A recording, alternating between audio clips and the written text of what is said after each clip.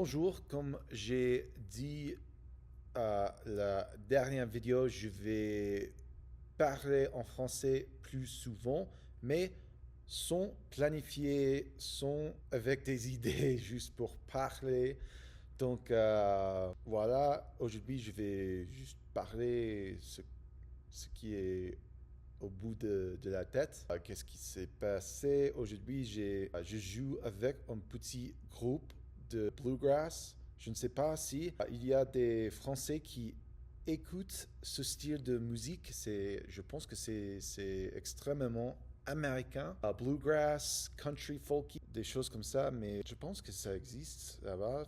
Je ne sais pas, vous pouvez me dire.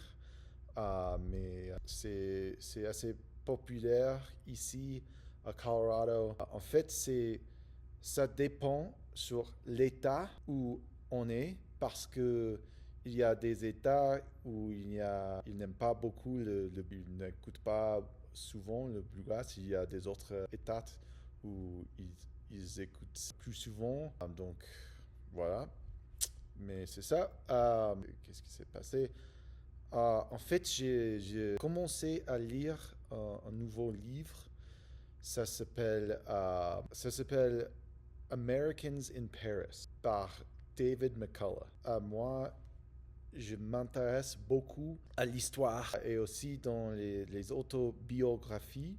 Donc, j'aime bien lire au sujet vous avez vu ça? Je ne sais pas. C'était un peu.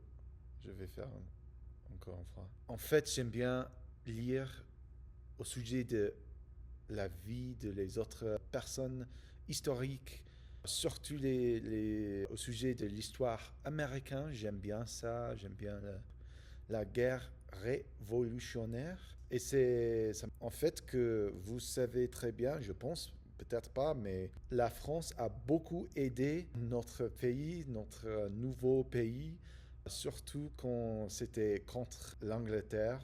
Et je comprends, parce qu'il y a beaucoup des raisons pour lesquelles elle a aidé les États-Unis, mais je pense que beaucoup des Américains ont oublié que la France a beaucoup aidé les États-Unis, surtout au début, pendant la guerre.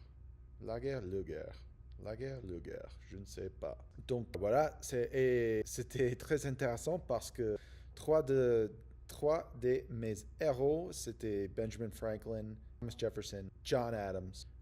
Ils ont tous voyagé à la France pour quelque part, pour demander de la monnaie pour le nouveau pays, pour la guerre, je ne sais pas. La guerre, le guerre, je ne sais pas. Ils étaient beaucoup impressionnés par la France. Il a apporté beaucoup de vin, beaucoup de la style, de l'architecture, des bâtiments. Il a copié ça pour sa maison. Donc, la France a beaucoup impressionné les Américains, surtout les Américains très importants dans, au début du pays.